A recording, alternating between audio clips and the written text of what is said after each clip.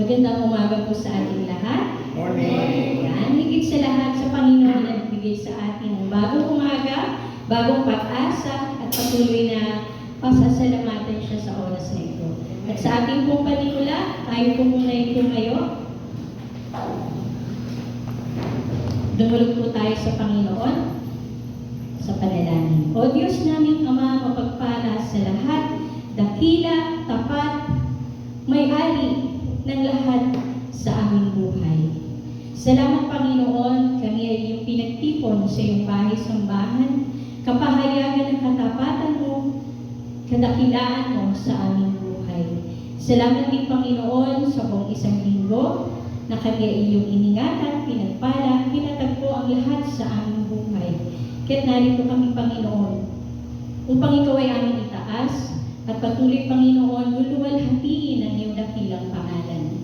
Sa aming mga kapatiran na wala Panginoon sa oras na ito, ikaw po ang mag-ingat sa kanila. Ikaw din po ang nakakaalam kung ano man po ang maging dahilan kung bakit sila ay hindi makakarating. Katagpuin mo sila Panginoon at patuloy na lingapin at patuloy din po nilang angkinin ang pangako at kapangyarihan mo sa kanilang mga buhay. Salamat Panginoon dahil may pagkakataon kang binibigay sa amin sa bawat araw upang maranasan ang kadakilaan mo sa aming buhay. At sa araw din po ito, Panginoon, dalangin namin Ama na patawarin mo kami sa aming mga nagawang pagkakasala, sa isip, sa salita, sa gawa, maging sa mga bubuting bagay na dapat namin gawin at hindi namin ito nagawa. Ito rin po ay aming hinihingi sa iyo ng tawad. At tulungan mo kami, Panginoon, na sa oras na ito, sa mensahe na ibibigay mo sa bawat isa sa amin, sa pamamagitan ng buhay ng aming pastor na iyong nilagay para sa amin, tulungan mo kami, Panginoon, na ito ay aming maisa-isip, maisa-puso, na ito ay aming magawa bilang gabay sa aming buhay at may bahagi din po sa aming kapwa. Muli, Panginoon, kinikilala ka namin at ang iyong banal na Espiritu na siyang kikilos sa gawaing alay namin sa iyo. Ikaw lamang ang maitaas, ikaw ang maranasan sa puso at isip ng bawat isa, Panginoon. Na ibibigay namin ang mataas na pagpupuri sa iyo ng buong puso, isip, lakas, at natatanging ikaw lamang, O Diyos, ang siyang aming Panginoon ng aming buhay. Pag-isahin mo kami, Panginoon, sa isip at sa puso, na ikaw lamang ang kikilalanin mula ngayon, noon, at magpakailanman. At ang lahat ng ito ay aming inaangkin at patuloy na itataas sa pangalan ni Jesus. Amen. Amen. Magandang umaga po muli sa bawat isa.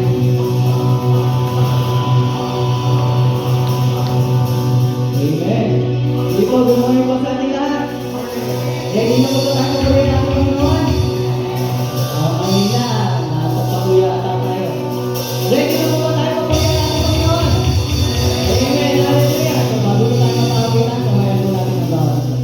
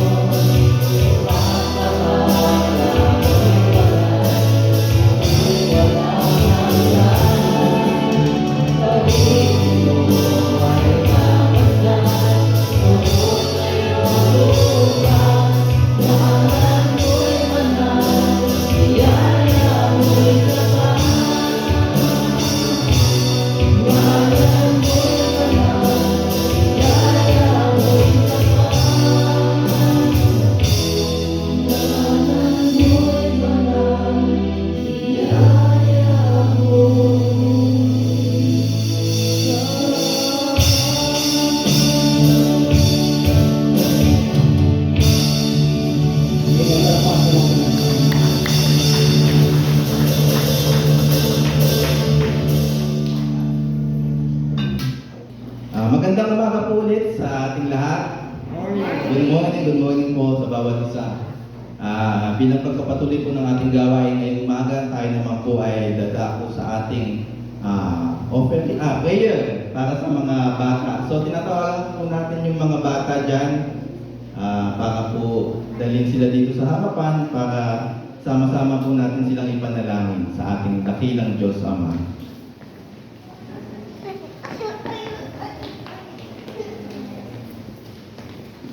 Atin pong iuna sa ating kamay sa mga batang ito habang tayo sama-sama nananalangin.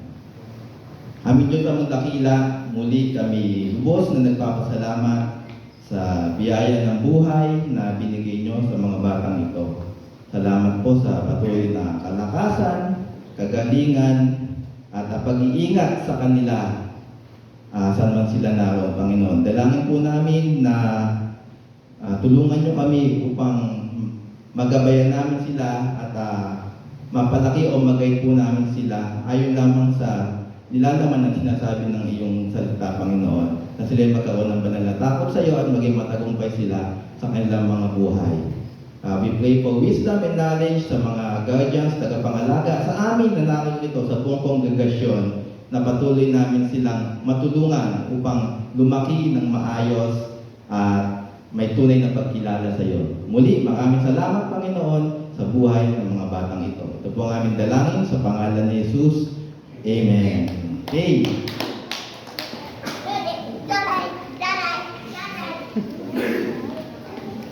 Tayo naman po ay dadako sa ating offertory o pagbibigay ng kaloob bago po natin ibigay ang ating mga kaloob. Tayo po muna ay magpasalamat sa ating dakilang Diyos na patuloy na nagbibigay ng pagpapala sa bawat isa sa araw-araw. Tayo po ay manalangin.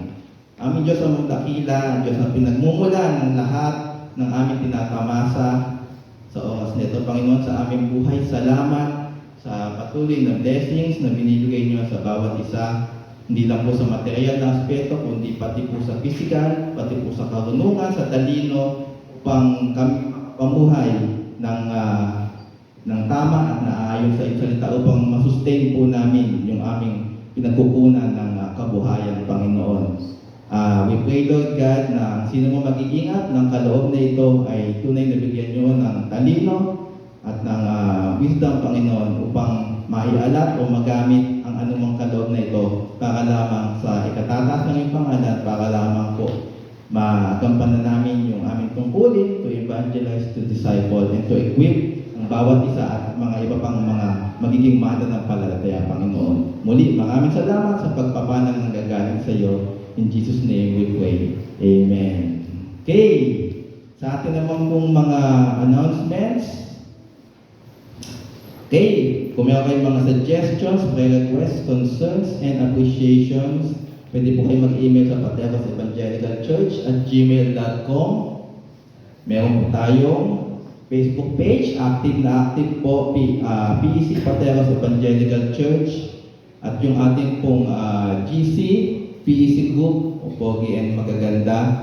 So, any additional announcements po, o mga events, activities, at mga mahalagang mga paalala, mababasa po natin doon. Okay? Para po sa ating mga magdiriwang ng kaarawan, from March 17 to 23, 2024, ating po silang batiin. Unang-una, Ate Hurley, yes, March 17, happy birthday. Ngayon po yan, ngayon po yan. Okay. Okay, March 17, Eunice de la Fuente. Bukas po, March 18, si Baron Cruz. March 19, Ina Meliton. Sa 21 naman po ay si Hilda Gamboa. March 23, Regina Rosales. Si Ate Joyce. Okay, gano'n ka ba?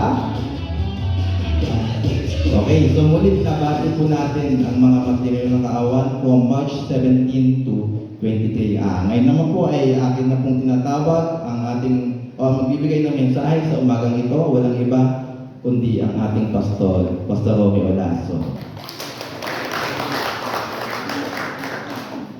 Good morning po. Waiting ko po. Good morning po. Salamat dahil meron tayo pong pagkakataon para magharap po ng salita ng Diyos. So, pag-usapan po natin sa umagang ito tungkol sa mga nilalang. Sino po rito ang nilalang ng Diyos?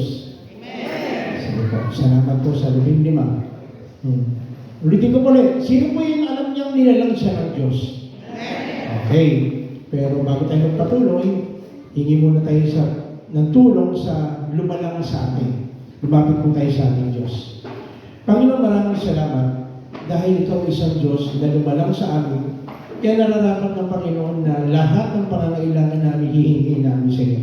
Kaya sa umagang ito, Panginoon, hihingi kami ng karunungan at kaalaman, pagkaunawa sa inyong Espiritu Santo na siya magpapaunawa sa amin upang makita namin kung anong klase bang nilalang kami.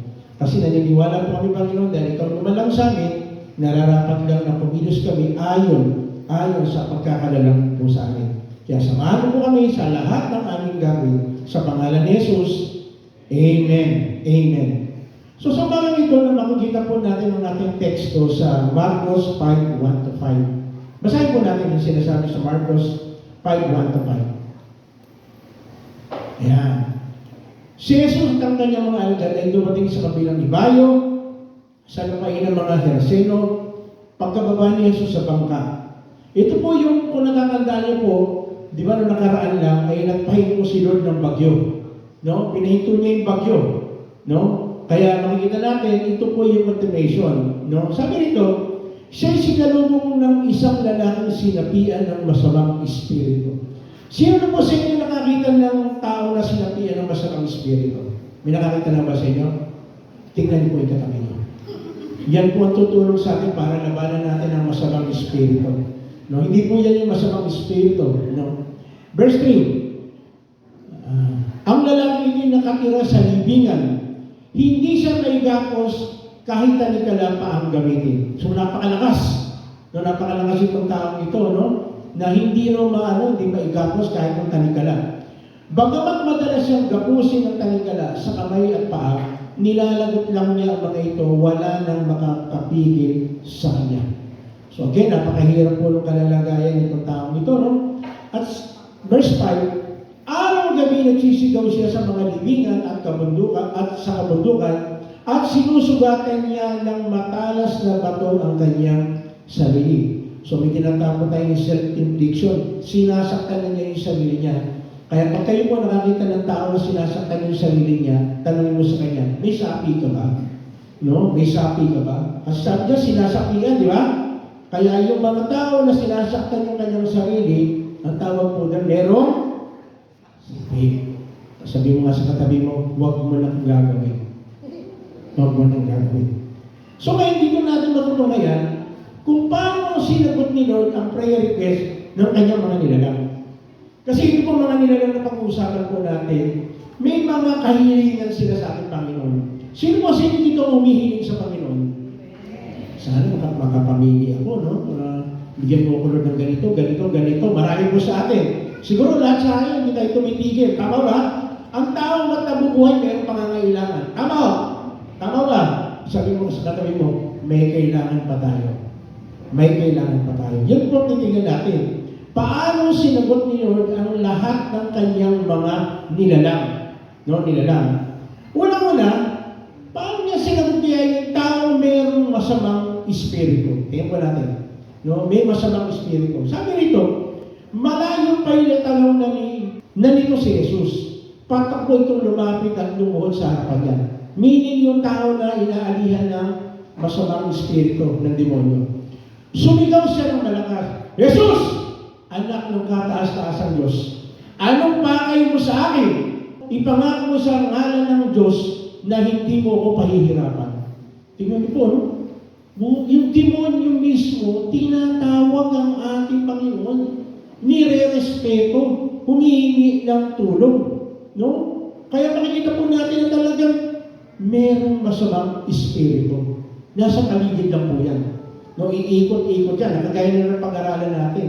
Ang demonyo ay umiikot-ikot, naghahanap ng malalapa. Sana hindi tayo malapa. Sabi mo sa katabi mo, sana hindi tayo malapa. No, sana hindi tayo kasama. No? So, sumisigaw siya. No? Masamang espiritu. By the way, baka sabihin ninyo, nilalang ng Diyos yung masamang espiritu. Actually, wala pong ginawa ang Diyos na pangit. Walang ginawa ang Diyos na masama. Lahat ginawa niyang maganda. Kaya lang ang problema, ito pong mga demonyong ito po yung nagrebelde sa ating Panginoon, kaya siya ay binagsak ng Diyos. Siya yung tinatawag na demonyo. Kaya tingnan niyo po, di ba yung asawa mo o yung anak mo pag masamang nagre-rebellion sila, demonyo kang bata ka. Di ba? Sino ba nakaranas sa ganyan? Ay, hindi ko tinatawag lang akong demonyo, tawag ko demonyito. Kasi bata pa eh. Pag lumaki na, anong tawag na? Bahala na po kayo mag-isip. Pero ngayon, makikita natin dito, no? Talagang meron palang demonyo. Pero again, kagaya ng sinasabi ko po, pero hindi po siya nilalong ng Lord na masama. Originally, siya ay kasama doon ng mga anghel. Kasama siya ng mga anghel. Actually, siya nga yung pinakamatinirang na worship leader at that time. Kaya pansinin po ninyo, no? Sa panahon po natin, yung mga may masamang espiritu, ang gagaling nilang gumawa ng kanta. Hindi ba napapansin? Tingnan yung mga ano, diba? Kaya lang, ang sakit lang nito, yung ibang ginagawa kanta, hindi para mag-glorify ang Lord, kundi para sirain yung sarili niya. Maraming kanta ngayon na patungkol sa suicide. Alam niyo ba yun? Kapag gaya ng yung pinag-aralan natin mga nakaraan, kagaya po nung Bohemian Rhapsody. Alam mo ba ninyo parang yung kanta para sa demonyo? Baka di po natin alam. Kinakanta pa na, isa kinakanta pa natin. Hallelujah! May ganun pa. Pero tandaan po natin, tignan po natin yung lyrics ng kanta. Kasi mahirap po, baka mamaya hindi natin napapansin. Yung kinakanta pala natin, nagbibigay ng glory sa demonyo. Hindi po pwede na magbibigay tayo ng glory sa demonyo at kiyon magbibigay din tayo ng glory. Hindi pwede mahati. Sabi mo sa katabi mo, para kay Lord lang. Para kay Lord. Salamat po sa tatlo. No? Tingnan po natin, tuloy po natin. Sinabi niya ito sapagkat inutos ni Jesus, masamang espiritu, lumabas ka sa taong ito. No, lumabas. So, ano yung makikita natin, ano? Ang ating Panginoon pala, sa pamamagitan lang niya, lahat ng masamang espiritu na pwede sa atin, pwede natin utusan lumayas. No, kaya kapag mayroong nagwawala din sa inyo, sabi mo, lumayas ka sa pangalan ni Jesus. Makikita mo, magbabalot na ng damit yan. No, mag-uumpisa na magbalot ng damit yan. Pero totoo po, ha? No? Totoo po. Pwede tayo magpalayas ng demonyo. No? Magpalayas tayo ng demonyo. Kasi kung isa, tingnan po natin, no? Itong lalaki ito. Kaya pala siya hindi matalian, kahit hindi malagyan ng talagala. Ang sabi niya, tinanong siya ni Jesus, anong pangalan mo? No? Anong pangalan mo? Ano sabi niya? Batalyon. Sapagkat marami kami. Sa English po, legion. Ibig sabihin, sa isang tao pala, kung pwedeng magkaroon ng maraming klase ng demonyo. Again, huwag po tayo matakot, ha? Tandaan po natin, ang isang mananampalataya, ang isang tunay na mananampalataya, hindi po pwedeng iposes ng demonyo. Mabuti po yung maliwanag. Ang kaya lang gawin ng demonyo, bulungan tayo. Tuksoin tayo. Di ba? Ganito. Kung tinanggap mo na totoo, genuinely, ang ating Panginoon Diyos, bilang sarili tayong tagapagligtas, hindi na makakapag-duel ang demonyo sa atin. Hindi na. Bakit? Hindi pa niya mag-duel ang demonyo, tsaka Panginoon Diyos, yung Espiritu Santo. Sa buhay natin, hindi pwede. Mangyayari lang ang demonyo, magbubulong lang sa atin. Ibubulong lang sa atin. Hindi mo kaya yan. No, hindi mo kayang gawin yan. Kahit na anong gawin mo, hindi mo kayang gawin yan. Pero sa totoo lang, hindi tayo dapat magpadala sa bulong ng demonyo. No? Kaya pag meron kang katabi ngayon na bubulong-bulong, sabihin mo, umalis ka. No? Pag may katabi ka ngayon, nagbubulong-bulong, lalo na nagsisempon lang, hindi nakikinig sa'yo, sabi mo sa kanya, lumayas ka! Bubuksan natin po, pintuan, ihahagis natin sa labas. Okay lang po sa inyo? Ayan. So makinig po kayo, sabi mo sa katabi mo, huwag kang parang demonyo. Huwag kang bubulong-bulong. Dapat seryoso. Sabi mo nga sa katabi mo, seryoso! Seryoso tayo dapat. Hindi mo pwedeng bubulong-bulong. Kasi yung bubulong-bulong, anong sabi? Sa demonyo. Kaya pag may bubulong-bulong sila, pag may service, sabi mo sa kanya, huwag mo akong demonyohin. Huwag mo akong demonyohin. Bakit? Kaya kahit saan ka pumunta, pag nakikinig ka ng salita ng Diyos, dapat seryoso. No. Seryoso. Sabi mo sa katabi mo, seryoso. Dapat seryoso. So anong pangalan mo? Batalyon.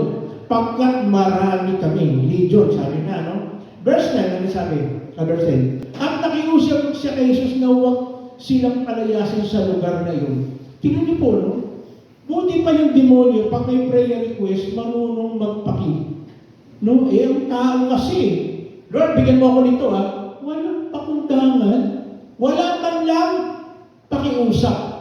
Tama ba? Nangyari mo yan sa atin? Ikaw, tatay, nanay. Sinabi ng anak mo, Nay, pagluto niya naman akong itlog. Anong dating sa'yo? Ang bait ng anak mo. Inutusan niya nanay. Tinawag ka pang nanay, no? Nay, pagluto niya akong ulam. Galing, no? Anak mo lang yan, ha? Anak mo lang yan. Ikaw lang naman ang nagtatrabaho, naglalaban ng damit niya, kumikilos ang lahat ng bagay, tapos sasabihin sa'yo, Nay, pagluto niyo ako ng ulam. Kaya pag ang anak mo, ganyan, o kaya yung apo mo, ganyan, sabi mo sa kanya, alam mo, buti pa yung demonyo, marunong makiusap. Ikaw, parang mas masahal ka pa anak sa demonyo, ha? Kasi tingnan niyo pa, di ba? Tama ba? Nakikiusap ng demonyo, hindi. Nakikiusap. Eh, yung anak natin, kumisa, no? Nay, nasa na yung damit ko? Pakiplan. Wala, tawal gano'n. Planchain mo na yung damit ko, maliliit na ako. Aba, ang bait na anak. Ulihan. Kaya kayo, pag mayroon po kayong anak ko, kaya ako na nagutos sa inyo, sabi mo, alam mo, ako, anak, yung demonyo marunong makiusap. Pero ikaw hindi. Mukhang mas masahal ka ba anak sa demonyo, ha? Tingnan mo nga yung sarili mo sa salamin. Baka mamaya umikot bigla yung ulo mo. Baka demonyo ka na, anak. Gusto ko pag-pray kita para lumayos sa katawan mo. Yeah? Totoo hindi? Ay, totoo po yan eh. Ang demonyo marunong pa makiusap. No? Yung kapitbahay mo, manghihiram lang ng pera, pag pinitig ka pa, eh ito, nakikiusap. No? May mga ganun eh. Samantala, sa libis ng mundo, ay may malaking kawan ng mga baboy na nagsisikain. Nagmamakaawa kay Jesus ng ang masamang espiritu, papasukin mo na lang kami sa mga baboy. No? Kaya pala maraming mga tao ayaw kumain ng baboy. Kasi binababoy sila eh. No? Binababoy. Kung sabi yan, pinahintulutan niya sila, kaya lumabas na sa lalaki ang masamang espiritu at pumasok sa mga baboy. Kaya pag ang baboy po ninyo lumalaban sa inyo, sabihin mo sa kanya, baboy. Ano sabihin mo? Masamang espiritu, kung pumasok ka sa baboy, lumabas ka. No? Kasi sabi dyan, ang kawan na may 2,000 ay nagtakbo sa gilid ng matarik na bangin hanggang sa mahulog mga ito at sa lawa ay nalunod. No? So makita po natin, ano? Ito pala yung isang klase ng tao. No? Taong merong masamang espiritu. Kaya tingnan po ninyo mabuti yan, ha? Tingnan ninyo mabuti, bakit? Kasi baka mamaya meron sa paligid ninyo. No, sa paligid po ninyo. No, kaya delikado pala yung mag-alaga ng baboy. No, diyan lang po sa story niya. Pero sa totoo lang, sino po rin yung kumakain ng baboy? Hindi na natakot yung iba. Hindi po lahat ng baboy inaalihan ng demonyo. Hindi po. Tanda po natin, ang tao nga inaalihan ng demonyo. So kahit anong nilalang, pwedeng salipan ng demonyo. Tanda po. Parang may napanood po akong isang beses. Alam ko lang kung napanood po sa TV. Rapist. Kinulong. In-interview, sabi gano'n niya, sinabi sa kanya ng reporter, bakit po ba ninyo nagawa yun? Kasi parang, ang pagkakaroon ang mini-question niya, edad 14, bakit po ba nagawa ninyo yun? Anong sagot ng ano? Hindi ko po alam. Sabi gano'n ng nakaroon. Kasi po mabuti naman akong tao eh. Hindi ko po alam bakit itong mga kamay ko parang gumalaw tapos lumapit sa kanya. Parang yung kamay ko po inaalihan ng masamang espiritu. Hindi po totoo yun. Kapag inalihan ka ng masamang espiritu, yung buong katawan mo, hindi yung kamay mo lang. No? Kaya sabi mo sa katabi mo, walang ganun. Walang ganun. Pag inalihan ka ng masamang espiritu, buong ikaw. Sino po sa inyo rito ayaw niya maalihan ng masamang espiritu? Gagawin po natin yan sa pangalan ng ating Panginoong Jesus. No? So una, taong merong masamang espiritu. Again, hindi sila naglalang ng masama. Ang nalalang ang gumawa ng masama. So kapag nag-rebelde ka kay Lord, hindi magdadalawang isip sa si Lord na parusahan tayo. Tandaan po natin yan. Pero ganun bang katindi pagmamahal ng Diyos, yung meron din tayong tinatawag na justice. Kasi palaging kinitrain ng iba hindi ako parurusahan ng Diyos sa pagkakasala ko. Bakit? Siya ay pag-ibig, mapagpatawad na Diyos. Totoo po yun. Totoo yun. Pero ang Diyos din natin ay God of justice. So kapag may ginawa kang mali, may consequence sa bawat mali na gagawin po natin. Bawat salita na sasabihin natin, mayroon pong consequence. Hindi po pwedeng malibre tayo. Kaya dapat mag-ingat tayo sa ating paggawa, pagkilos, pananalita. Sabihin mo sa katabi mo, ingat-ingat din. Kaya kay Lord, bawal ang marites. Alam niyo ba yan? Kay Lord, bawal ang marites. No, mabuti kung isang marites. Ano isang marites? Mari-testify tayo para kay Lord. Okay yun. Pero kung ibang klaseng marites, delikado. Dapat mari-testify natin ang kabutihan ng Diyos. Yun ang maganda na marites. Pangalawa, klaseng nilalang ng Lord ay yung mga taong walang pagmamahal. Sino po rito yung nagmahal na? Maliban po sa bilihin. Yung bilihin, nagmahal na eh. No? Sino po rito yung nagmahal na? Wala. Salamat po. May kausap po ba ako rito? Sino po rito yung nagmahal na? Ayun, buti pa yung iba. No? Salamat po sa tatlo. Siguro yung iba, ewan ko po kung mahal ko siya, hindi ko alam eh. No? Baka ganon. No? Ewan ko po kung mahal ko siya. Basta alam ko po, pag sa umaga, hihingi ako ng baon, ihatid niya ako. Pagdating ng umaga, pag uwi, ihanda niya ako ng pagkain. Pero hindi ko po alam kung mahal ko po siya. No? Taong walang pagmamahal. Bakit kaya? Tingnan po natin. Sabi dyan, tumakbo ang mga tagapag-alaga ng kawan ng baboy at ibinalita sa bayan at sa karatig ko ang mga pangyayari. So, kinuwento niya. Yun nangyari. Yung demonyo pumunta doon sa mga baboy, nalulod po yung mga baboy kasi hindi marunong lumamoy ang baboy. Hindi. Nalulod po yung baboy dahil sa mga spirit. Hindi dahil sa hindi marunong lumamoy. Ang baboy po marunong lumamoy. Naniniwala ba kayo? Ihagis yung baboy sa swimming pool. Na magugulat ka, marunong siyang lumamoy. Kaya lang, ang langoy niya, langoy baboy. Mahirap naman yun kung langoy aso. Kaya baboy nga siya. Sino ba nakakita sa inyo yung langoy baboy? Wala ba nakakita sa inyo? Ang baboy yung nahirap. Kasi baboy nga siya eh. No, hindi naman siya isda.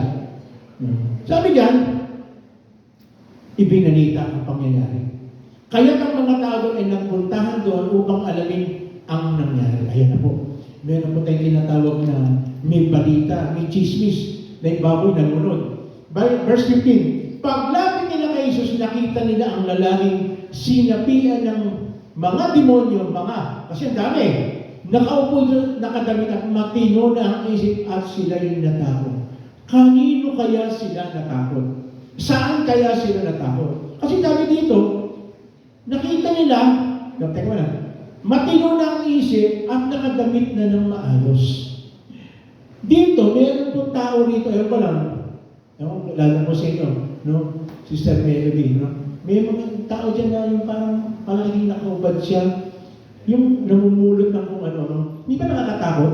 Pag makita ko nakakatakot, isa ako pag makasalubong ko siya, pag magtuturo ko doon sa mga pulis, pag makasalubong ko siya, gumagana ako ng konti. Gumagana ako ng konti. Baka mamaya kasi, ang dami ako sa mga hawak mo, hindi makikita ko yung hawak mo, baka ipalo sa akin eh. No? Mabuto ko ipapalo doon sa kasama ko, kung sa akin ipalo, umiilig ako ng konti na ganyan. Ano kaya ang natatakot tayo? Kapag ito kaya ay naging matino, nakapagbihis ng maayos, naka-Amerikana, no? Nakakulay brown na damit. Parang ako yun, ha? Ano ang gagawin pag nakita mo gano'n na ngayon yung tsura? Matatakot ka pa ba? Palagay ko, hindi na. Tapos bumaba ka sa doon sa kotse. Pagbaba niya sa kotse, nakita mo yung mga tao, hindi respeto na siya. Matatakot ka pa ba? Dapat hindi na. Tama ba? Dapat hindi na dahil makikita mo, iba na yung tsura. Kasi sabi dyan, nakaupo na yung dating inaalihan ng masamang espiritu, nakadamit at matino na ang isip at sila'y natakot. Bakit kaya? Mas mabuti pa yata yung nakakadena eh. Hindi nakakatakot eh. Bakit ito?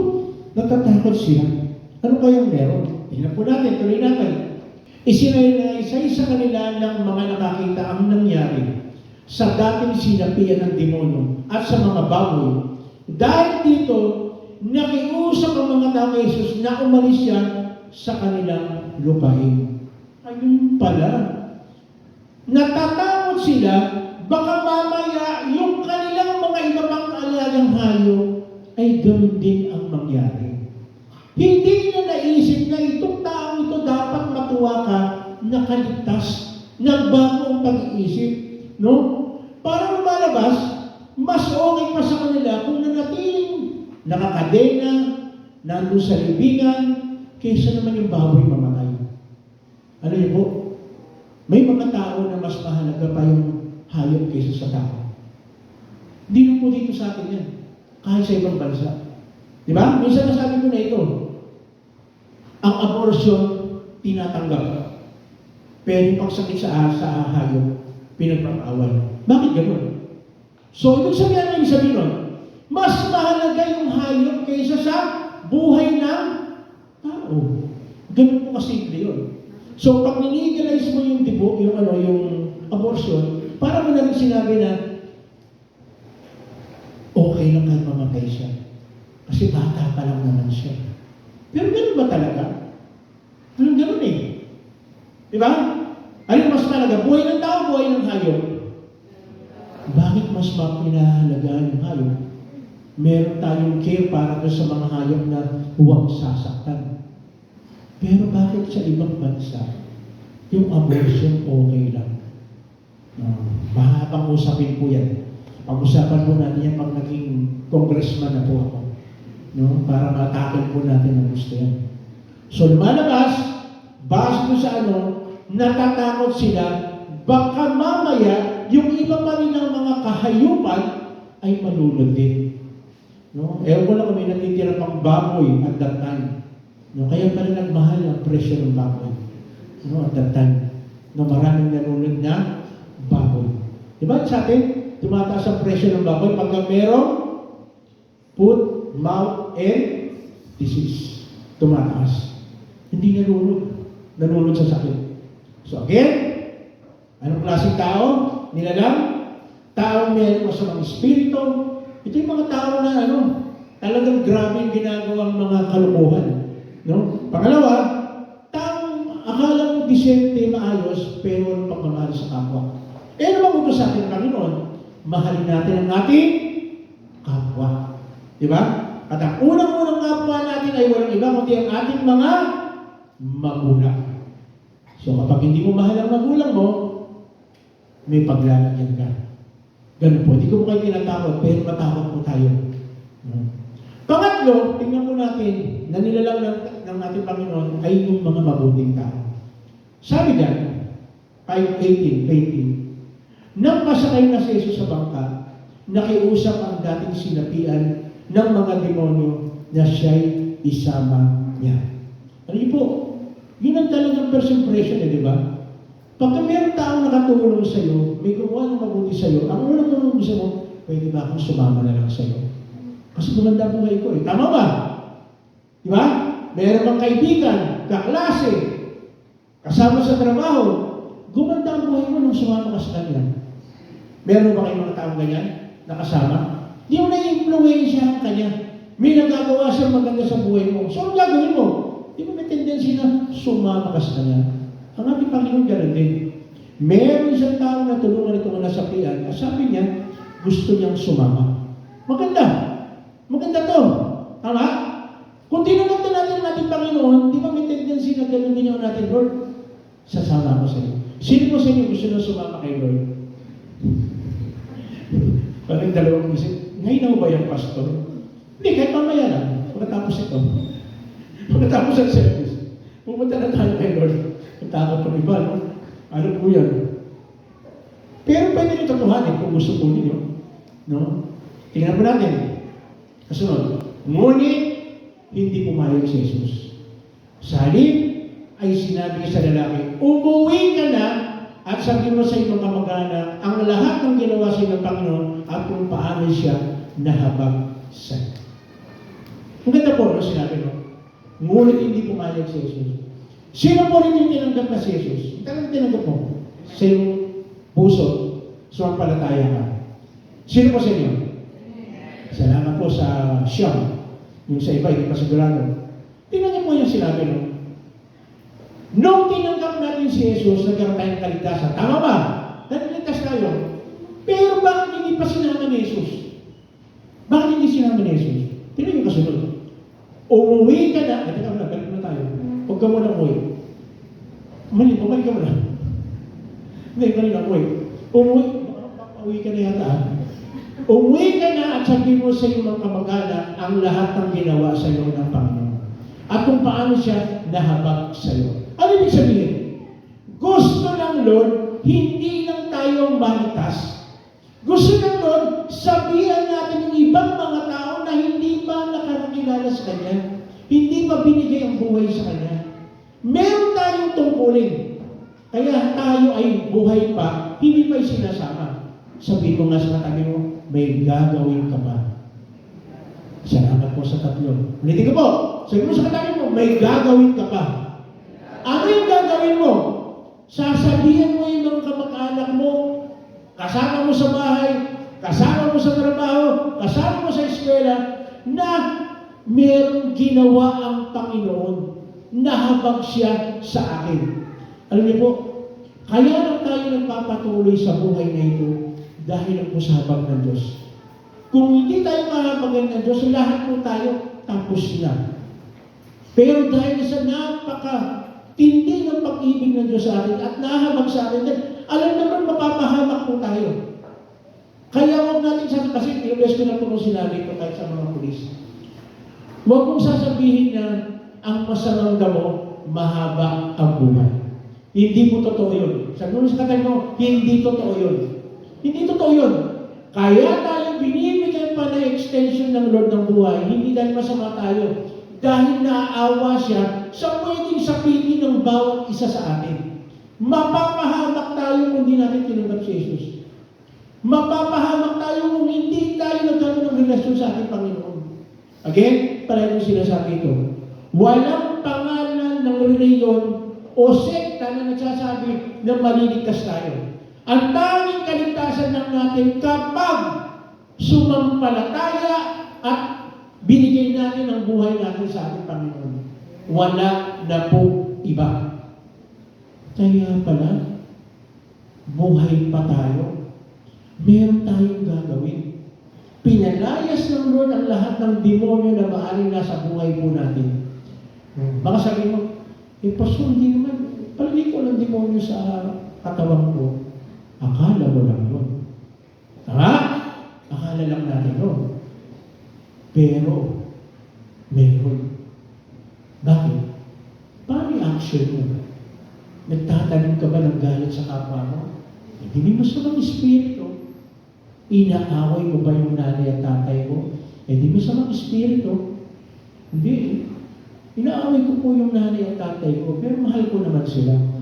O, maaaring sinisigawan ko sila, minumura ko sila, pero mahal ko sila. Pero bang klaseng pagmamahal na gano'n? Yung nanay at tatay mo o yung anak mo, minumura mo sarili mong anak. Meron pagmamahal kaya yun? Palagi ko, question mark yun. Bakit? Kasi kung mahal mo yan, hindi mo siya sasaktan. Tama ba? Sino mo sa atin dito? Nakaranas ka, minura ka, hindi ka manasaktan? Ano ba sinabi? Minura ka yung piyay, piniyay ka, ano masasabihin mo? Okay ka. May ganun ba? Ayaw ko lang sa inyo, meron bang ganun? Di ba tayo nanay mga lalaki? Pag minura ka ng bata ka, huwag mo murahin mo ba? Para ka nakakalalaki. Ayaw ko lang sa babae. Pag anong sinasabi ko, babae kaya pag minura ka, nasabi mo, nakababae ka. Nakababae ka. Hindi ko alam kung meron ganun. Pero tayo, di ba tayo papayag? Papayag ka ba na mumurahin ka? Hindi ka papayag. Bakit nanay at tatay mo yun eh? Hindi ka papayag. Pero how come na kung minsan hindi mo sinasadya o sinasadya mo, nasasabi mo yun sa nanay mo, tatay mo. Pag ginagawa mo yun, ang tawag sa'yo, may masamang espiritu nasa iyo. Kasi yung mabuting espiritu, hindi ka mananakit ng kapwa mo. Tama ba? kapwa mo. Bakit? Kasi sabi ng Bible mahalin mo ang iyong kapwa. At ang number one na kapwa natin, nanay at tatay natin, mga anak natin, mga kapatid natin. Yun ang unang-unang kapwa natin. So kapag hindi mo ginagawa yun, magtanong ka na, ano tayong klaseng espiritu ang meron sa akin? Kasi yung mabuting espiritu, hindi gagawa ng gano'n. Tama ba? Hindi ka magkukumit ng ikaw pagsisimula ng away. Hindi. Hindi. Kaya pala, buhay pa tayo. Meron tayong misyon. No? Meron tayong gagawin. May mga bagay na pinapagawa pa sa atin. Tingnan po natin yung karton. Umalis ang lalaki at pinamalita sa buong Dikapolis ang ginawa sa kanya ni Jesus at namangha ang lahat ng nakarinig noon. Alam mo ba ninyo kapag tayo ay nagbago, nabago yung ugali natin, at nakita ng mga tao na talaga kung paano ginagawa tayo ng Lord, mamamangha sila. Ang tanong, namamangha ba ang mga tao sa buhay natin? O wala rin? Parang hindi ka nagsimba. Parang gano'n ka pa rin Pagpasok mo, paglabas mo, yun pa rin. Pero dapat nagbabago. Dapat mamamangha sila. Paano mamamangha? Kasi iba na yung pananalita natin. Tama ba? Sabi ko, bro, ang ganpait mo na ngayon. Dati mo kung bibig ko palagi, PI, ngayon iba na. Praise the Lord! Ganun ka na magsalita. Nadapa ka, praise the Lord! Dati pag nadapa ka, PI, sino ba lagi? Bang! Sino ba lagi ito? Pusa ka na nakabo! Pusa na kayo pa. Tama o hindi? Pero nung naging Kristiyano, iba na, uy, pusa. Anak ng pusa. Tabi. Anak ng pusa. Tabi. Dati hindi Pag nakakita ng pusa, pusa. Tingnan, baka may CCTV. Baka may CCTV. Makulong ka, mahuli ka na nagmamatreatment ka ng mga hayop. Bawal yun. Ano sabi? Namangha ang lahat ng nakarinig doon. So, ang tanong, namamangha ba yung mga tao sa buhay natin? No? Namamangha kaya sila? Yung tipo pag dumating ka, yan na siya. Kita mo. Ewan ko lang sa hindi po sa inyo po alam niyo po, palagi kong pinakwento naman ito, baka magsawa na kasi, pero ulitin ko lang. Palagi kami, pag meron kami reunion yung mga kabatch ko, pag dumating na ako, napapansin ko, humihinto sila. Anong humihinto? Kasi kumisa meron, alam niyo may mga kabatch yung pala kumisa pag nakikita yung mga mga kabatch ko, noon pinag-usapan, di ba? Alam mo ba si ganito? Yung kabatch ang landi niya. Nung bata pa tayo, nung high school pa tayo, landi na dyan Tingin mo ngayong high school, tantang na tayo. Ganun pa rin siya, di pa rin nagbago. Yung mga ganun. Ba't ko nasasabi ito? Kasi sabi naman mga lahat na nakakarinig naman. Alam niyo po, pag nagbagong buhay natin, mga tao namamangha, nagugulat sila. Di ba? Magugulat sila. Ay, hindi ka na naniniwala sa mga chismis. Oo, bakit? Kasi hindi ka na nanonood ng mga palabas sa TV na tungkol sa chismis. Alam niyo ba na isa sa mga malakas ang rating pag ang pinag-uusapan tungkol sa chismis? No? Totoo po yun. Pero bakit ganun? Bakit chismis? Bakit hindi sabihin yung totoo tungkol sa ginawa ng Diyos sa buhay natin? Diba? Panoorin mo yung 700 Club. Yung nagbago buhay. Diba? Yung dating ganito ka, ganito ka na ngayon. No? Kaya nga, palagi ko po sinasabi sa inyo, patotoo ko po ito sa inyo. Yung mga nakalasa ko ng high school, pag nakita ko ngayon, totoo bang pastor ka na? Walang yan, dati kung tumatanong ka lang sa bakit, parang tumakas sa klase Ngayon, pastor ka na? Di ba? Ito, sasabihin ko kasi ito di ba nagnanakaw ka ng libro noon? Kasi totoo lang po, nung high school kasi ako, nagnanakaw ko ng libro ng mga kaklase ko, binibenta ko sa recto. Totoo po yan, totoo po yan, sinasabi ko sa inyo, totoo yan. Ganun po ugali ko noon. Kaya magugulat sila, totoo, Kristiyano ka na. Tapos kung sabi, hindi halata. Yan. Pero pag nakita na nila na iba na yung ugali po natin, nagbago na po namangha sila. Di ba masarap yun? Namangha sila dahil merong magandang nangyari sa atin. Yun po ang pinakamaganda sa lahat. Yun po ang mabuting balita na merong nangyari sa atin. Kasi kung walang nangyari sa buhay natin, parang, di ba dahil yung sinasabi, BSD yun. Ano yung BSD yun? Balik sa dating ugali. Ano pa rin? Dapat mayroon pagbabago. No? Parang ganito. Pag meron nag-uusap tungkol kayo, ano ba, nagsisismisan, nandun ka, dumating ka, iba na ngayon. Pag dumating ka, sasabihin mo agad, tigilan na natin yan. Mabuti pa ipanalangin natin sila na magkasundo sila, maging maayos ang lahat. Dapat gano'n tayo. Dapat hindi tayo makikisamsaw doon sa mga bagay na mali. Dapat tayo yung nagsasaway na hindi halata. Pwede ba yun? Nagsasaway ka doon sa mali na hindi halata? Pwede. No, kasi kung minsan, mapapansin mo rin yan, doon sa iba, na kung minsan ayaw nga nang isama kasi palagi mong, yung bang parang inaan mo yung, oy, mali yan. Naku, ito na naman si Mr. Perfecto o Miss Perfecto. Lahat na lang ang ginawa natin mali. Eh, tama ba naman yung asawa mo may asawa, kukunin mo? Tama ba yun? Mali. O, correct mo. Tama ba yung pag-usapan mo yung buhay ng may buhay ng ibang tao? Mali. Pag sinaway natin yun, ang tingin nila sa atin, KJ. Eh kasi nag-enjoy sila. Anong pa yung kwento nila? Talaga naman na kinikilig. Pag tungkol sa mga chismis, pero pag sinabi mo tungkol sa katotohanan, kaka-boring naman yan. Palagi mo na lang sinasabi, dahil ng panahon, mamamatay din tayo, kailangan natin kaligtas. Eh, po yung katotohanan ng buhay, tama ba? Yun ang katotohanan. Sino po sa atin dito nakakaalam na mamaya buhay ka pa? Wala. Tama ba? Wala. So, ang gawin natin, kailangan ibigay natin yung buhay natin kay Kristo. Kailangan sure natin na yung meron tayong kaligtasan. Alam niyo po, kagaya po ng sinabi ko, ang masamang espiritu, umiikot-ikot lang. Nagmamasid. Kahit dito po sa loob ng church po, pwede nandito siya. Maaaring katabi mo siya. Tingnan mo nga yung katabi mo. Pero hindi yan. Maaaring hindi siya yan.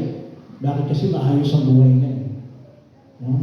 Bakit maaaring sabihin mo, hindi, pastor, palagay ko kanina pa ito. Parang ibang kayo sa ibang galawan niya. Basta nasa Panginoon ka, makikita mo, madilisay mo. Bakit bibigyan ka ng word ng karunungan ka, alam kami.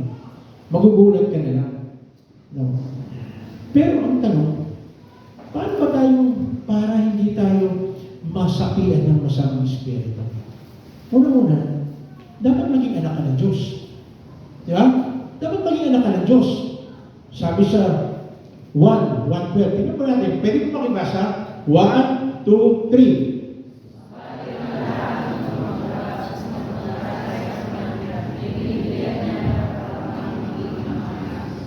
Tingnan niyo po. So kapag anak ka ng Diyos, hindi tayo po pwedeng i-possess ng demonyo. Kaya lang, paano ka magiging anak? Hindi membership, hindi pagbibigyan, hindi pagpapako. Malapit na po ang mahal na araw. Hindi dahil napapako ka, kaya ka magkakaroon ng kaligtasan. Ang sabi yan? Yung tumanggap at sumampalataya. Ang tanong, tinanggap mo na ba si Jesus? Sumampalataya ka ba talaga sa Kanya? Kasi yung tumatanggap, dapat sumasampalataya. Paano yun? Kailangan bibigyan mo ng pagkakataon ang salita ng Diyos. Kaya tayo nag-i-exist pa dahil sa Matthew 28:19. Tingnan mo natin. Sabi yan, utos ng ating Panginoon, kaya humayo kayo, lumakad, gawin ninyong alagad ko ang mga tao, tayo ang gagamitin sa lahat ng bansa. Sa lahat ng bansa, ano ba? Bautismo nyo sila sa pangalan ng Ama, ng Anak at ng Espiritu Santo. By the way, balikan natin. Sabi diyan, bautismo nyo sila. Hindi mo sinabi diyan na bautismo ka para siguradong ligtas ka. Hindi po yun. Ang bautismo po, pagpapakita po yan na talagang nagpapasakop ka sa ating Panginoon. Kasi iba ginawang pag nagbabaptize, wag mo munang ilalabas yung anak mo, hindi pa na bautismo, baka madisgrasya. Wala po yun doon. Kung tinanggap mo si Jesus bilang sarili Panginoon at tagapagligtas, ikaw ay may kaligtasan na. Bahala si Lord. Kaya sabi dyan, kaya tayo buhay pa, kailangan natin humayo, tulungan, gawin natin alagad ang mga tao sa pamamagitan ng pagbabahagi ng kanyang salita. Verse 20, turuan ninyo silang sumunod sa lahat ng inuutos ko sa inyo. Mga tao hindi nila alam yung mga bagay na hindi tama. Sino yung magbibigay ng tama? Siyempre, yung walang tama. Yung walang tama sa utak. Kailangan tama yung kaisipan. Ano yung tama yung kaisipan? Ano yung salita ng Diyos? Yun lang naman panggagalingin Wala po tayong ibang ituturo kundi yung salita ng Diyos. Ano sabi yan? Turuan niyo ng sumunod sa lahat ng inutos ko sa inyo. Alam niyo ba na maraming tao na hanggang ngayon hindi pa nila alam na dapat nagpe-pray bago kumain? Ano ba ninyo yun? Ay, mga tao, hindi na magkain. Salpa, kain. Pero gusto pa ng Lord na palaging inaasa natin ang lahat ng bagay sa Kanya? Gusto ng Lord. So bago ka kumain, mag-pray. Pagkatapos kumain, magpasalamat, pray ka din. Di ba? Bakit? Maraming mga tao hindi nakakakain sa kinakain natin. Maraming mga tao ang kinakain na yung pakpak. Hindi ko pa sinasabi na minimenos ko po yung kumakain ng pakpak. Kung yun lang yung kaya Pero tingnan niyo po turuan natin yung mga tao na sumunod sa lahat ng sinasabi ng kanyang salita. Kasama mo sa trabaho, sino magbabahagi doon? Tayo, nakakilala. Kasama mo sa eskwela, sino magtuturo doon? Ikaw, tayo na nakakilala kay Jesus. Kasama mo sa bahay, sino gagamitin? Tayo. Walang iba. Huwag ka na magturo ng iba. Tayo na yun. Bakit? Kasi tinanggap natin si Jesus So kapag tinanggap natin si Jesus, kinumusigyan tayong alagad ng ating Panginoon. At bilang alagad, kailangan natin gawin ng itong mga bagay na ito. Kaya kung palagi natin pinopromote dito sa church, na kailangan gawin natin yung palaging pag-aaral ng salita ng Diyos. Kasi hindi siya sa mga utos yun. Bakit? Hindi malalaman natin o hindi natin naiintindihan ang salita ng Diyos kung hindi natin babasahin. Sabi ng iba, pastor, kaya hindi ako nagbabasa para hindi ko naintindihan talaga. Kapatid, ang utos ng ating Panginoon, basahin natin, i-meditate natin ang kanyang word every day. Every day. So pag sinabing every day, MWF ba yun? Hindi. Araw-araw. So si Lord ba talagang gusto pahirapan tayo? No! Bakit sinasabing pagsimula hanggang katapusan? Gusto ng Lord sa araw-araw magsisimula tayo sa Kanya at magtatapos tayo sa Kanya. Bakit? Kasi di ba nararapat na napasalamatan natin ang Lord na binigyan tayo ng pag-iingat? Tama ba? Di ba? Salamat tayo sa Panginoon dahil nagising ka pa. Di ba? Palagi natin sinasabi ito. Maraming mga tao hindi na nagigising. Hindi na nagigising. Hindi mo dapat mapasalamat ka, buhay ka pa. Pangalawa, sumunod, buong araw, walang nangyari sa iyo, hindi ba dapat magpasalamat din kay Lord? So magsisimula tayo, magtatapos tayo kay Lord. No? Dapat ganun. Palagi nasa isip natin, palagi magpasalamat sa Diyos. No? Kaya lang tayo nagpapatuloy sa buhay dahil sa kabutihan ng Diyos. No? Kaya pilitin natin talagang lumapit kay Lord. Lalo pag nandito tayo, huwag tayong puro cellphone! Diba? Lalo na pag nasa likod ka, cellphone ka ng cellphone, baka makulat ka na lang, biglang yung cellphone mo sumabog. Diba? Dapat bigyan natin ng importansya yung salita. Bakit? Kasi pasensya po kayo, sabihin ko lang po diretso. Pag nasa loob po tayo ng church, dapat ang nasa isip natin, focus natin, makikinig tayo. Okay? Makikinig tayo, hindi para pumunta dito na, hindi, para pagkatapos ng message, pastor, mag-benediction, tapos okay, labas na, pasok dito, labas dito. Nasabihin ko po sa inyo, sayang naman yung oras na binigay mo, pumunta ka rito para mag-cellphone lang, para makipagkwentuhan lang, para magkuha ng mga bagay, dapat pumunta ka rito, seryoso ka. Kasi sino seryoso sa atin? Anong seryoso? Gusto nyo bigyan tayo ng maayos na buhay. Sino dito gusto ng maayos na buhay? Siguro lahat tayo. Gusto natin ng magandang buhay. Gusto natin yan. So kung pupunta ka rito para hindi ka lang makikipagmentuhan ka lang, magsisettle ka lang, kung anong bagay, sayang sasabihin ko sa iyo. Sayang. Bakit? Nakakahinayang. Nagpunta ka na rito, nagbigay ka na ng oras, seryosohin na natin. Bakit? Kasi gusto ng Diyos yung pinakamaganda, pinakamainam sa atin. Kaya na, paano ibibigay sa atin ng Diyos yung pinakamaganda, pinakamainam, kung hindi naman natin binibigay yung pinakamainam na pag-aaral, pagbibigay ng importansya sa kanyang salita. Ganun lang po kasi. Gusto ng Lord ibigay ang kung ano ang pinakamaganda para sa atin. Ang tanong, handa ka kaya sa pinakamaganda ibibigay ng Diyos? Kasi kung hindi ka handa, bakit ka naman niya bibigyan? Bakit ka naman niya bibigyan ng mga bagay na mapapalayo ka sa Kanya? At ang isang pinakagusto ng Lord, bigyan natin ng importansya ang Kanyang mga salita. Kapatid, ikaw ba ay kasama kaya sa mga nilalang na mayroong masamang espiritu? I-evaluate natin, pinag-aralan natin. Baka mamaya kailangan ka pagtalikan para hindi ka nagwawala. Diba? Ang talik-talik ka lang? O kailangan pakawalan ka na dahil kayang-kaya mo na makapamuhay. Kaya lang, ang isang talagang nasa Panginoon, mayroong pagmamahal sa kapwa. Ang palaging iniisip niya, yung pinakamabuti sa kanyang kapwa. Meron ka bang ganong kaisipan? Kung wala kang ganong kaisipan, teka, baka mamaya kagaya ka nitong taong walang pagmamahal sa kanyang kapwa. Para ka na rin isang tao na wala talagang pagkakilala kay Lord. Ang talagang may pagkakilala kay Lord, siya yung tao na palaging iniisip niya kung paano niya yung tao may aakay para sa ating Panginoon. Meron ka bang ganong kaisipan? Kasi kung meron kang ganong kaisipan, praise the Lord. Purihin ng Panginoon dahil meron kang tamang isip at may tamang puso na may pagmamahal sa kapwa. Palaging iniisip mo paano mo may babahagi ang kanyang mga salita. Kasi ang salita ng Diyos lamang ang tanging tugon para sa mga tao na nawawala, mga tao na nagwawala, mga tao walang-wala. Kasi kailangan makita natin ang katotohanan na tanging ang ating Panginoon Diyos lang ang pag-asa natin sa buhay. Tayo po ito ngayon. Tayo po mananalangin. Tatawagan ko po ang praise and worship. Tayo po pumikip. Sa mga oras ito, patid, di ko alam kung saan aspeto ka ng buhay na lumabas sa pagkakataon na hindi mo alam kung ano yung ginagawa mo.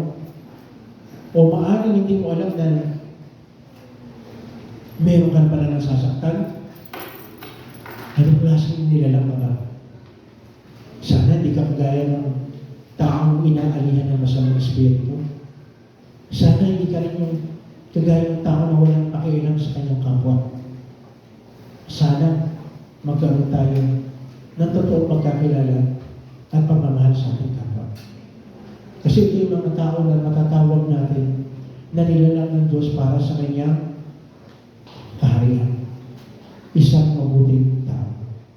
At ang isang kabutihan na isang tao, masusukat ito sa pamamagitan ng ating sariling pamumuhay. Tinanggap mo ba, Panginoon?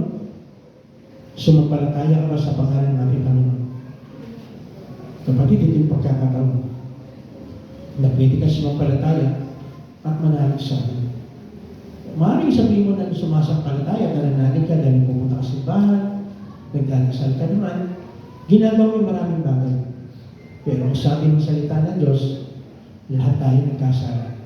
Lahat tayo ay hindi nakarating sa tinatawag na kaluwalhatian ng ating Diyos dahil lahat tayo nagkasala.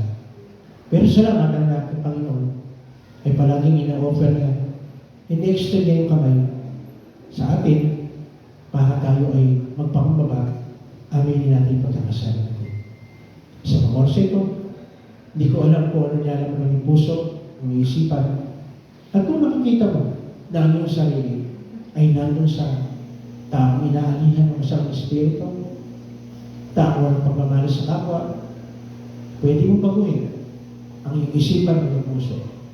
Pero mangyayari lamang ito kung ibibigay mo ang sarili mo sa ating Panginoon at hahayaan mo, siya ang gumawa at kumilos sa ating buhay.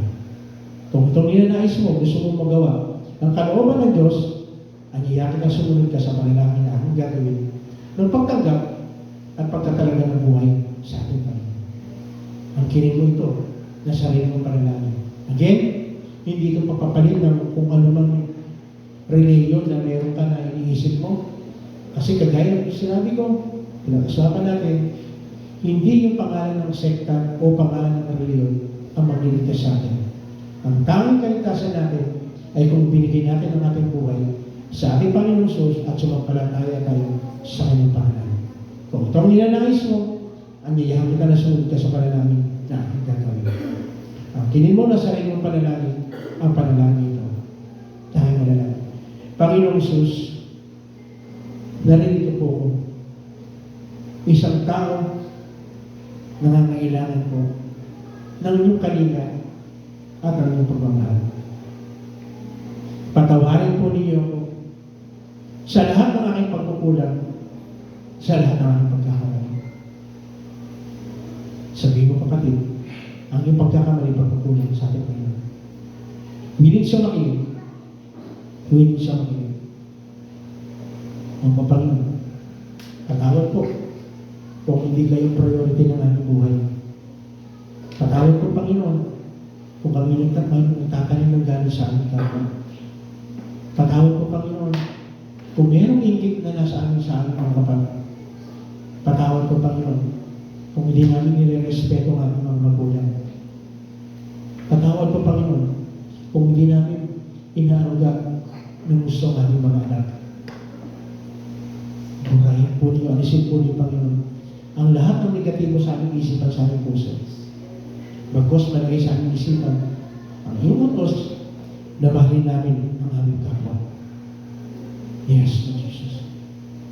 Oh, tinatanggap ko kita at ako'y sumasampalataya na ikaw lamang ang tanging pag-asa ko sa buhay nito. Kapatid, sa oras ito, kung ginawa mo ito mga bagay na ito, congratulations. Kaya ng sinasabi, pinag-aralan natin kanina, ang sino mang sumampalataya at nanalig sa ating Panginoon ay binibigyan ng karapatan maging anak ng Diyos. At bilang anak ng Diyos, po pwede tayong lumapit sa Kanya, humilin tayo sa Kanya.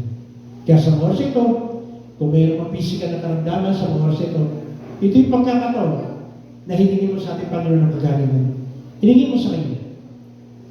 Sige, sabihin mo sa Kanya. Sabihin mo sa Kanya. Opo, Panginoon. Narinig mo ko kayo. Aking mga kapatid, sa Kanya kayo ninyo, physical na kagalingan galing ko sa iyo. Kasi naniniwala po kami, Panginoon, na ikaw ang aming dakilang maggagamot. Yes, Lord. Yes, Lord. Kaya na rin, Panginoon, lumalapit po kami sa iyo. Kung merong bagay, emotional problem kami, patungkol sa aming asawa, sa aming kapatid, sa aming anak, sa aming magulang, o lahat ng mga kasama namin sa trabaho, sa eskwela, sa tahanan, o sa komunidad na ginagalawan. Tulungan po kami, Panginoon, na matuto kami magpatawad at matuto rin kami humingi ng tawad sa mga taong kamali. Magkasala sa amin. Lord, palayain niyo rin po kami, spiritually, doon sa mga bagay na nagiging yagdang para kami makasabak mo sa inyo, sa spirito at katotohanan, na makapaglingkod kami sa inyo. Alisin po, Panginoon, negatibo na nilalagay ng kalaban sa aming isipan. Alisin po niyo, Panginoon, yung mga bagay na pinaglalagay na di mo niyo sa amin na sinasabing tama ang mga bagay na ito. Tulungan niyo po kami, Panginoon. Hindi namin kaya po sa sarili namin lakas. Hindi namin kaya. Makalaya kami sa lahat ng hadlang, witchcraft, horoscope, lahat ng bisyo, makalaya kami, Panginoon, para kami makapag-serve sa inyo. Kagaya ng sinasabi po ng salita, na mamamangha ang mga tao dahil mayroong pagbabago na nangyari sa buhay mo. Financially, nahihirapan ka sa mga panahon ito. Hindi design ng Lord. Kasi gusto ng Lord, maging channel of blessing tayo. Pero mangyayari lamang yun Kung tayo ay totally magpapasama sa ating Panginoon. Yes. Yung mga resources na binigay sa ating ng ating Panginoon, bigyan tayo ng Diyos ng kaparaanan kung paano natin gagamitin ito ng tama. Wala kang trabaho, ito yung pagkakataon na gusto ng Lord na bigyan ka ng pagkakitaan, pero tanong, willing ka ba na gawin kung ano yung sasabihin sa iyo ng ating Panginoon? Kasi ng ating Panginoon, gustong ibigay ang pinaka-the best para sa atin. Salamat po, Panginoon. Salamat po, Panginoon. Salamat po, Panginoon, sa aming kapatid. Diniwan ng kanyang kaarawan, anniversary, kung paano pinagpala mo ng kanang taon, dahil kung pagpaparay sa mga oras ito. Yes, Lord Jesus. Yes, Lord. Awitin po natin itong awitin na ating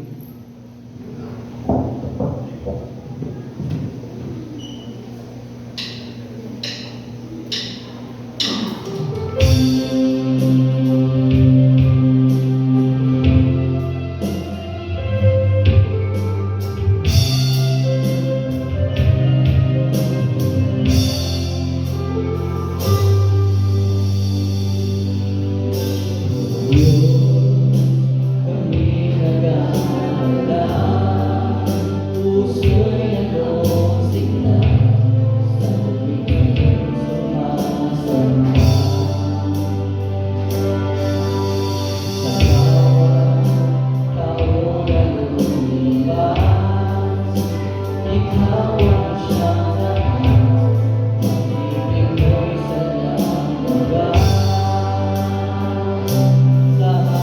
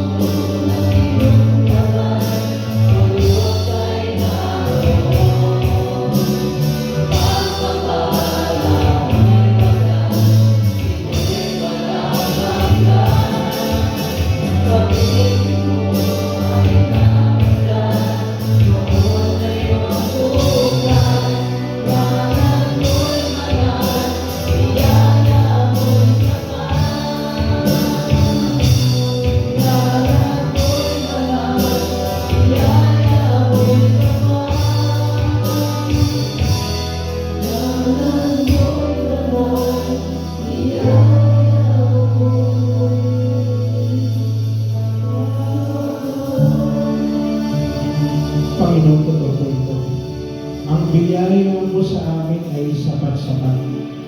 Hayaan niyo po, Panginoon, na palagi namin alalahanin itong mga bagay na ito, na hindi kami makakapagpatuloy sa buhay nito nang wala ang iyong presensya, na wala ang iyong pagmamahal, na wala ang iyong pag-ibig sa amin. Lord, sa isang linggo gawain po namin, kinukumit namin ang aming mga sarili. Gawain namin sa trabaho, sa eskwela, sa loob ng bahay, sa komunidad na ginagalawan po namin. Mataas ang iyong pangalan, mamangha ang mga tao sa buhay, sa pananalita at pagkilos po namin. Yung aming isipan, Panginoon, bigyan niyo po kami, Panginoon, ng kaisipan na naaayon sa sinasabi po ng iyong mga salita. Pangawakan namin ang iyong mga salita. Kasi naniniwala kami, Panginoon, kapag ang iyong mga salita ay pinangaral namin, mayroong mangyayari na maganda sa buhay ng bawat isa. Lord, salamat. Dahil alam po namin na ngayon palang kinatagpo mo ng pangangailangan ng bawat isa. Alam po namin, Panginoon, na sa buong isang linggo, tutulungan mo po kami na magtagumpay. Ayaw po namin, Panginoon, na maging isa kaming pabigat, bagkus maging kami ay maging pagpapala sa lahat ng tao na mga kasalumuhan namin. Sa eskwela man ito, sa trabaho man ito, saan mang daan kami mapunta, maihayag namin, maitaas namin ang iyong dakilang pangalan. Gayun na rin, Panginoon, pagpalain po, Panginoon, ang bawat isa po sa amin. Hayaan niyo po, Panginoon, sa pag-uwi namin sa aming mga tahanan, dala-dala namin ang iyong pagpapalang yan. Magsalamat din, Panginoon, dahil sa aming mga kapatid na sumusubaybay sa ganitong gawain. Lahat po ng sumusubaybay sa online service namin, pagpalain po niyo, Panginoon. Gayun na rin, pagpalain niyo po, Panginoon, ng aming gobyerno, magmula sa aming presidente hanggang sa pinakamababang nanunungkulan sa lokal man o national, para po sa kapanatagan at kaayusan ng aming bansa. Pagpalain mo rin po ang aming kapulisan, ang mga sundalo, sapagkat sila po nagpapatupad ng batas at sila po ang nagpapatupad para magkaroon po kami ng peace and order sa aming bansa. Salamat po, Panginoon, dahil alam po namin na kinatagpo mo na ang lahat ng aming mga panalangin. Pagpalain mo rin, Panginoon, ng bansang Israel, dahil ikaw mismo nagsabi, pagpapalain mo ang sino mo magpapala sa Israel. Kaya ngayon pala, Panginoon, inaangkin na po namin na ang lahat ng bagay na ito ay gagawin mo at patuloy mong gagawin, kasi ang lahat ng ito, hinihingi namin sa pangalan ng aming Panginoong Sus, ang lahat ng anak ng Diyos, magsabi ng malakas na Amen. Kamayan po natin ang bawat isa, bigyan po natin ang pagpapala.